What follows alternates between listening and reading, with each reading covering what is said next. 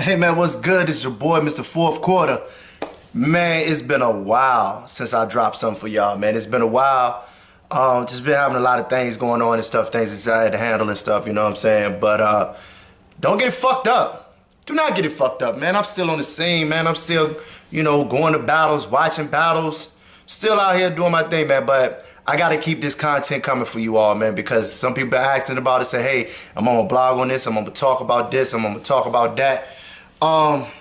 Yeah, that's what the fuck I'm gonna do, man. ARP, yeah, you thought you was gonna fucking get away, didn't you? Yeah, nigga, you thought you was gonna get away. You had this card called Writers, you know what I'm saying?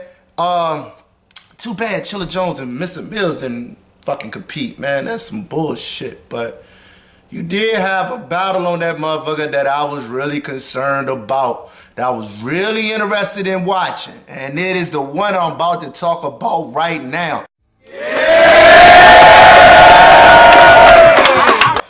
Big Kannon versus fucking Danja Zone, man. These two, I guess, previous block members, I don't know what the fuck going on now.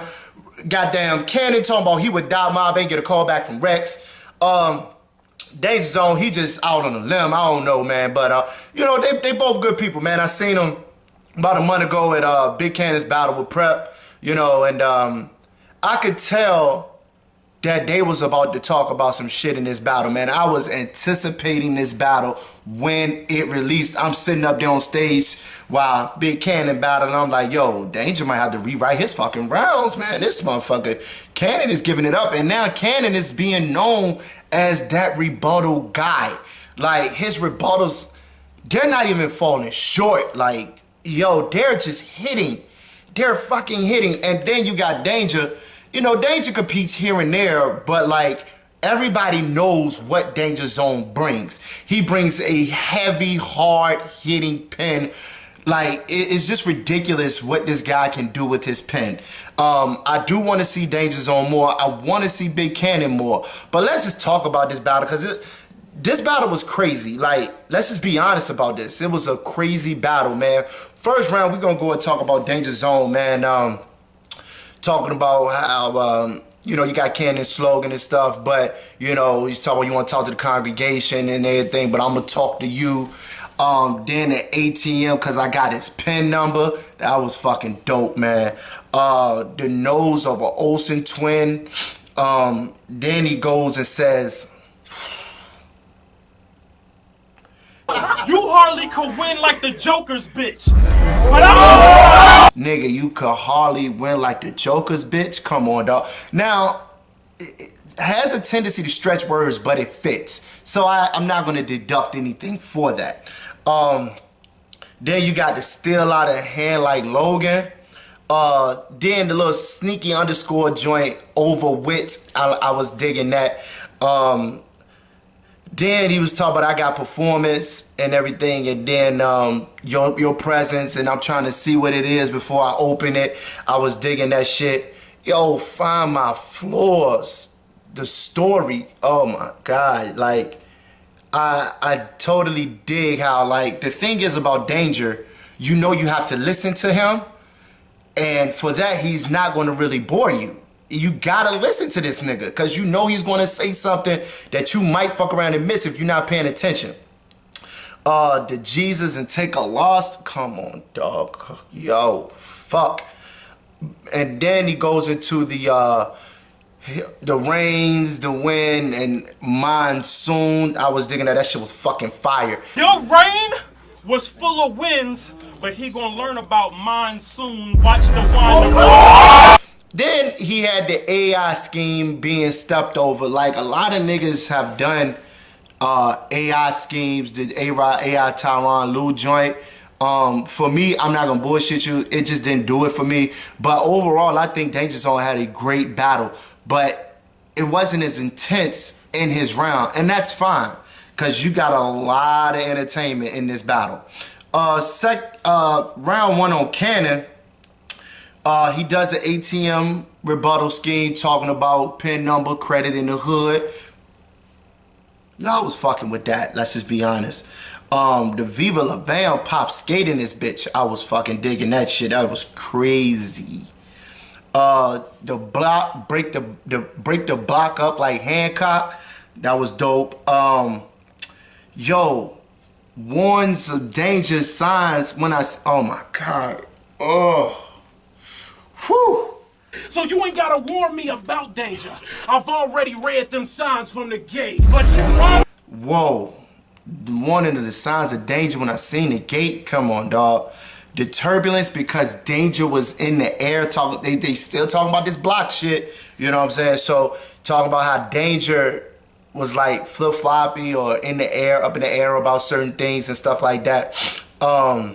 Then guys saying it's still mine. Guys talking to the wifey on a Facebook pic.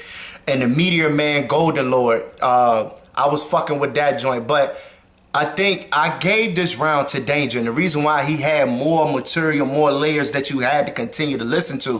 The thing about the 4-bar setups with Kannon is, even though he has to depend on the bar to hit at the end in a 4-bar setup, but sometimes that can lengthen your rounds, whereas with Danja Zone, he kept going and kept hitting and kept hitting and kept hitting. So I gave him credit for that, and I gave him round 1.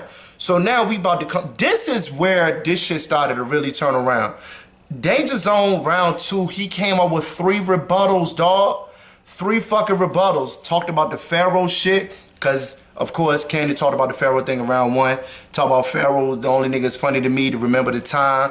Then he turned around and did the trap. So if you really did see that danger sign on the gate, then bitch nigga, why is you trespassing?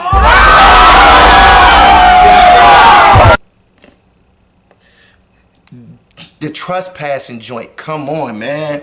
And then he finished off with Meteor Man with Saga, and Saga was in the crowd. So definitely dope 3 rebuttals by Danger. Like that shit was crazy. And I think what happened in this battle a little bit is both of them got away from their written material, which is good. Which is good. We don't see it often. We do see Danger relying on his pen heavily, but for the most part,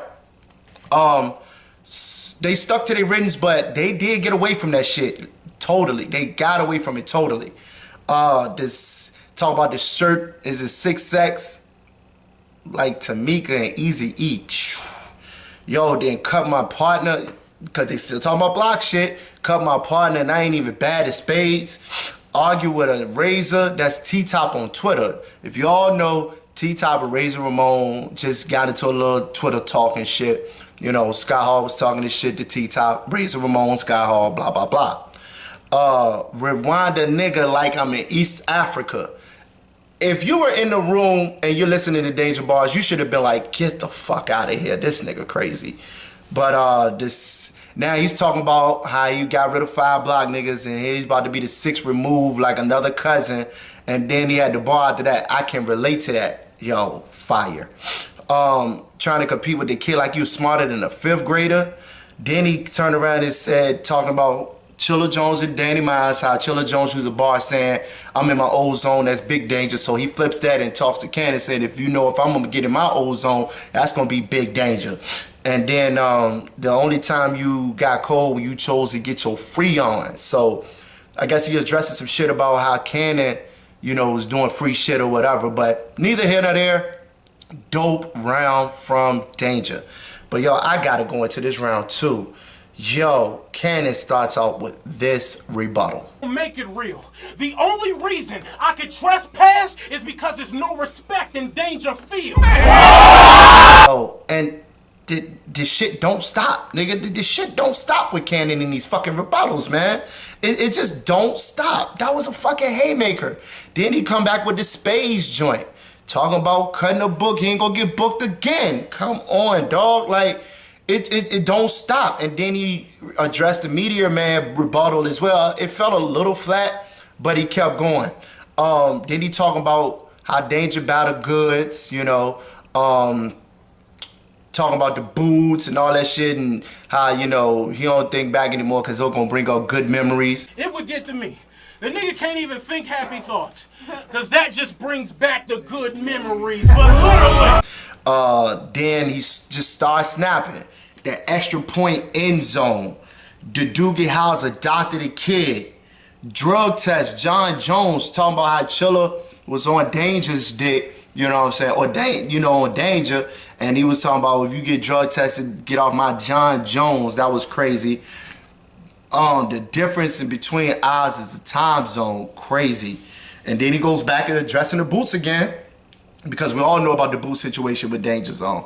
And then he finishes it off with do the math. This would be a disaster because this is a no-fly zone. Yo, Kannon just snapped in that round, and to like probably about a third in the round, he took the round to me. So now we 1-1 going into the third, and this is where the shit got really intense here. And you can just see it in these niggas' eyes, especially in Danja. I think Danja really had a lot of shit to really talk about, man. He addressed the block issue, talking about why they broke up and, you know, how Kannon was unloyal. He went and did some shit, a video about the boots and shit, you know. Then he said, but I ain't gonna stretch that out like a Chilla scheme. I was blacking in the group like Scary Spice, but I'm a male, B. Yo, Scary Spice fine as fuck. Then he talked about the 1 round. He brought up some of the rounds in Battle America. If you remember those battles, you know, those 1 round fire ass battles, so you gotta remember that. Then when he brought up the Pops issue, yo, like, that shit almost looked like it was ready to go to blows. These niggas was ready to go out back. Let me talk my shit. We can go out back. We can go out back. Don't say the wrong thing. Type of way, we'll go out back after this. Mama, don't say the wrong things. That's on everything I love. Whatever. That's on everything I love. Do not say the wrong thing. That's on my mama. We gonna let you rap. But they kept it professional. You're not gonna really see, you're gonna see some intense moments on RBE. And the reason why I say this is because that's what some of the matchups do as far as that. But I'm gonna talk about that towards, you know, at the end of this blog. So again, great round from Danja Zone. Now we gotta go to Kannon. So he starts with the Chris Unbiased bar. That was fire how he set that up. Then he went into the Adabisi bar. Then the funeral home, gynecologist, danger in a box, crazy. The Pops, pound, jail visit, no milk like it's Craig cereal in it. The nobody like Zordon. Then Jazz the rapper, oh my God. Yo, Jazz the rapper, before fucking you ain't gonna get this version of T, yo. The rapper. You were Jazz the rapper before fucking. You couldn't get that version of T, but you know what? Yo, I think that did the round for Kannon, and he finishes off with the burn herpes Usher joint. Now, I gave that round to Kannon. 2-1. So let me address a couple of things. Is this a classic? Yes, let's not get that fucked up. This is a great battle, potentially top 10 to me as well. When you look at the RBE platform, this is what they do. I think they go into their little think tank and they say to each other, you know, what will impact the platform, and not only the platform, but what battles is going to stick the most. You know what I'm saying? And if you notice, block on block crime is always something that goes crazy. The Danny Miles Chilla Jones, the JC Big Kannon, they always have fire fucking battles, even though they're not block members, but still now, you know. But nonetheless, they put these battles together where some things could get intense. I mean, if you think about the Math show-off issue, the Arsenal QB issue, but I think RBE is confident in how they deliver their product, where they know that not only the battlers are going to respect the platform, people are going to respect the platform, and they're going to respect ARP and the business side of things and still keep it professional. People going to toe the line just a little bit, as long as you don't cross certain lines with motherfuckers, man, and that's what this is all about. So you could have, when this card was released and that battle was on there, I knew it was going to be intense because I knew them niggas had some shit to talk about. And the styles have switched up on both sides. The intensity was there on both sides. I've never seen this much intensity from Danja Zone. Never seen this much intensity. And as far as Big Kannon, he's always been intense. You just got to get it out of him. You got to find that element to get him in his bag. And when he's being challenged, he gets into his bag. So other than that, man, I got it 2-1 Big Kannon. You can still call it any other way. You can probably get it to Danja Zone. Maybe some rounds you can get a Danja Zone that you didn't get a Kannon, or vice versa. But for me, for this channel, I'm going 2-1 Big Kannon, man. But let me know what y'all think, man. Like, share, subscribe. One more time. It's your boy, Mr. Fourth Quarter. I'm out. Tell me something different, man. Peace.